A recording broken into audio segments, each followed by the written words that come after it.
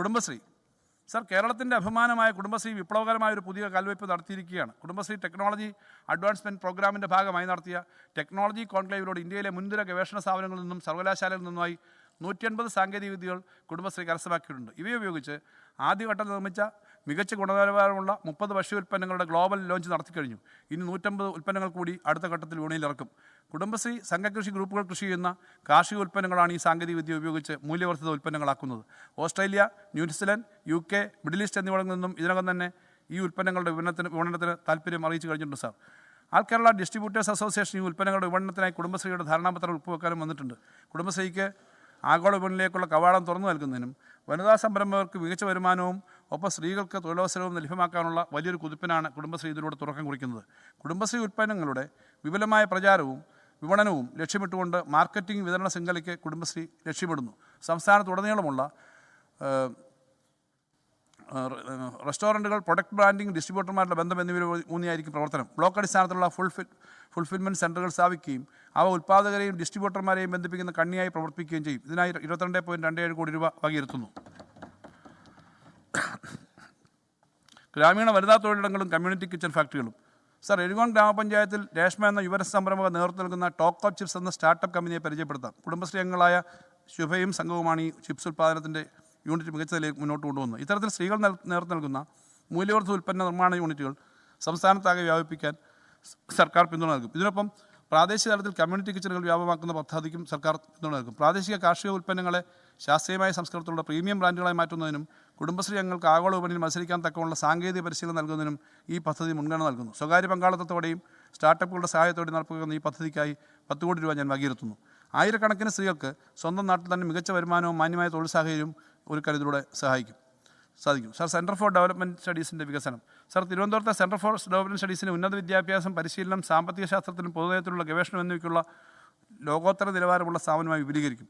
IITകൾ, IIMകൾ പോലുള്ള മുൻനിര സ്ഥാപനങ്ങളുടെ മാതൃകയിൽ വികസിപ്പിച്ച് അധ്യാപനത്തിനും ഗവേഷണത്തിനുമുള്ള രാജ്യത്തെ മുൻനിര മികവിൻ്റെ കേന്ദ്രമായി CDSനെ മാറ്റും. ഇതിനായി ഒരു പുതിയ അത്യാധുനിക കാമ്പസ് ഘട്ടം ഘട്ടമായി നിർമ്മിക്കുന്നതിന് ആദ്യഘട്ടമായി 10 കോടി രൂപ വകയിരുത്തുന്നു.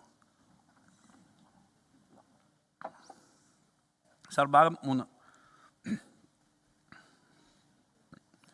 സർ, സംസ്ഥാനത്തിൻ്റെ 14ാം പഞ്ചവത്സര പദ്ധതിയിലെ അവസാന വാർഷിക പദ്ധതിയാണ് 26-27 അടുത്ത വർഷം മുതൽ 15ാം പഞ്ചവത്സര പദ്ധതിയുടെ തുടക്കമാവും. സംസ്ഥാനത്തിൻ്റെ 15ാം പദ്ധതിയുടെ പരിപ്രേക്ഷണം സംബന്ധിച്ച ചർച്ചകൾ വളരെ മുൻകൂട്ടി ആരംഭിക്കാൻ നമുക്ക് കഴിഞ്ഞു. അതിൻ്റെ വിശദാംശങ്ങളിലേക്ക് കടക്കുന്നതിന് മുമ്പ് ആസൂത്രണത്തിന് തുടർച്ചയെക്കുറിച്ച് സൂചിപ്പിക്കേണ്ടതുണ്ട്. കേന്ദ്രവും സംസ്ഥാനങ്ങളും ആസൂത്രണം ഉപേക്ഷിച്ചിട്ട് നാളേറെയായി.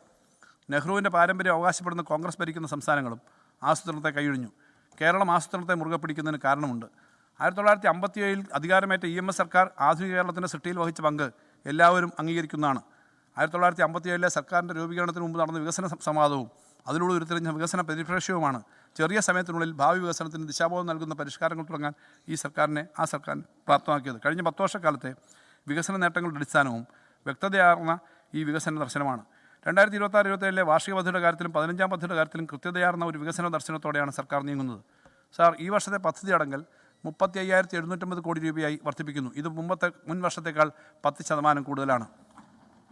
കേന്ദ്ര സർക്കാർ അടിച്ചേൽപ്പിച്ച കടുത്ത സാമ്പത്തിക ഞെരുക്കത്തിനിടയിൽ സർക്കാരിൻ്റെ വാർഷിക പദ്ധതിയിൽ ഇത്രയും വർധനവ് വരുത്താൻ കഴിഞ്ഞതിൽ വളരെ സന്തോഷവും ബഹുമാനമുണ്ട്. പ്രതീക്ഷിത കേന്ദ്ര സഹായം ഉൾപ്പെടെ ആകെ പദ്ധതി 44,574.66 കോടി രൂപയാണ്. സർ, കൃഷി. സർ, കേരളത്തിലെ കാർഷിക രംഗം 2011-12 മുതൽ തളർച്ചയിലായിരുന്നു. എന്നാൽ ഈ തളർച്ചയുടെ ഘട്ടത്തെ നാം കഴിഞ്ഞ 5 വർഷങ്ങളിൽ മറികടന്നു. കാർഷിക മേഖലയിലെ വളർച്ച ഇന്ന് ഉയർന്നുകൊണ്ടിരിക്കുന്നു. കാർഷിക മേഖലയ്ക്ക് പ്രത്യേക ഊന്നൽ നൽകുന്നുണ്ട്. കാർഷികാനുബന്ധ മേഖലയുടെ പദ്ധതി അടങ്കൽ 2071.95 കോടി രൂപയായി വർദ്ധിപ്പിക്കുന്നു. ഇത് 234.73 കോടി രൂപ കേന്ദ്രവിഹിതമായി പ്രതീക്ഷിക്കുന്നതാണ്. കഴിഞ്ഞ 5 വർഷങ്ങളിൽ കാർഷിക മേഖലയിലെ പദ്ധതി ചെലവ് ഗണ്യമായ വർധനവ് കൈവരിക്കാൻ ഈ സർക്കാരിന് കഴിഞ്ഞിട്ടുണ്ട്. മാത്രമല്ല, കാർഷിക മേഖലയിലെ വളർച്ചയ്ക്കായി ലോകബാങ്ക് വായ്പാ സഹായത്തോടെ Kerala climate resilient agri value chain modernization KERA എന്ന ബൃഹത്തായ പദ്ധതി കേരളത്തിൽ നടപ്പിലാക്കി വരുന്നു. കേരള പദ്ധതിക്കായി 100 കോടി രൂപ നീക്കിവെക്കുന്നു. നെല്ലിൻ്റെ സംഭരണ വില ഈ സർക്കാർ കിലോയ്ക്ക് 30 രൂപയായി വർദ്ധിപ്പിച്ചു. സർ, നെൽകൃഷിക്ക് ഇന്ത്യയിലെ തന്നെ ഏറ്റവും കൂടുതൽ ഇൻപുട്ട് സബ്സിഡികൾ നൽകുന്നത് കേരളത്തിലാണ്. എല്ലാ സീസണിലും ഹെക്ടറിന് 5,000 രൂപ നിരക്കിൽ ഇൻപുട്ട് സഹായവും 1,000 രൂപ നിരക്കിൽ ഉൽപ്പാദന ബോണസും ഉടമയ്ക്ക് 3,000 രൂപ റോയൽറ്റിയും നൽകി വരുന്നു. തരിശുഭൂമിയിൽ നെൽകൃഷി ചെയ്യുന്നതിന് ഹെക്ടറിന് 40,000 രൂപ വരെയും സഹായം നൽകി വരുന്നു. സർ, കേരളത്തിൽ ഉൽപ്പാദിപ്പിക്കുന്ന 95% നെല്ല് സർക്കാരാണ് സംഭരിക്കുന്നത്. നിലവിൽ PRS വായ്പാ രീതി ഒഴിവാക്കി പ്രാഥമിക സഹകരണ സംഘങ്ങൾ വഴി കർഷകർക്ക് സംഭരണ സമയത്ത് തന്നെ നേരിട്ട് പണം നൽകുന്ന പുതിയ ദ്വിതല സംഭരണ സംവിധാനമാണ് നടപ്പാക്കുന്നത്.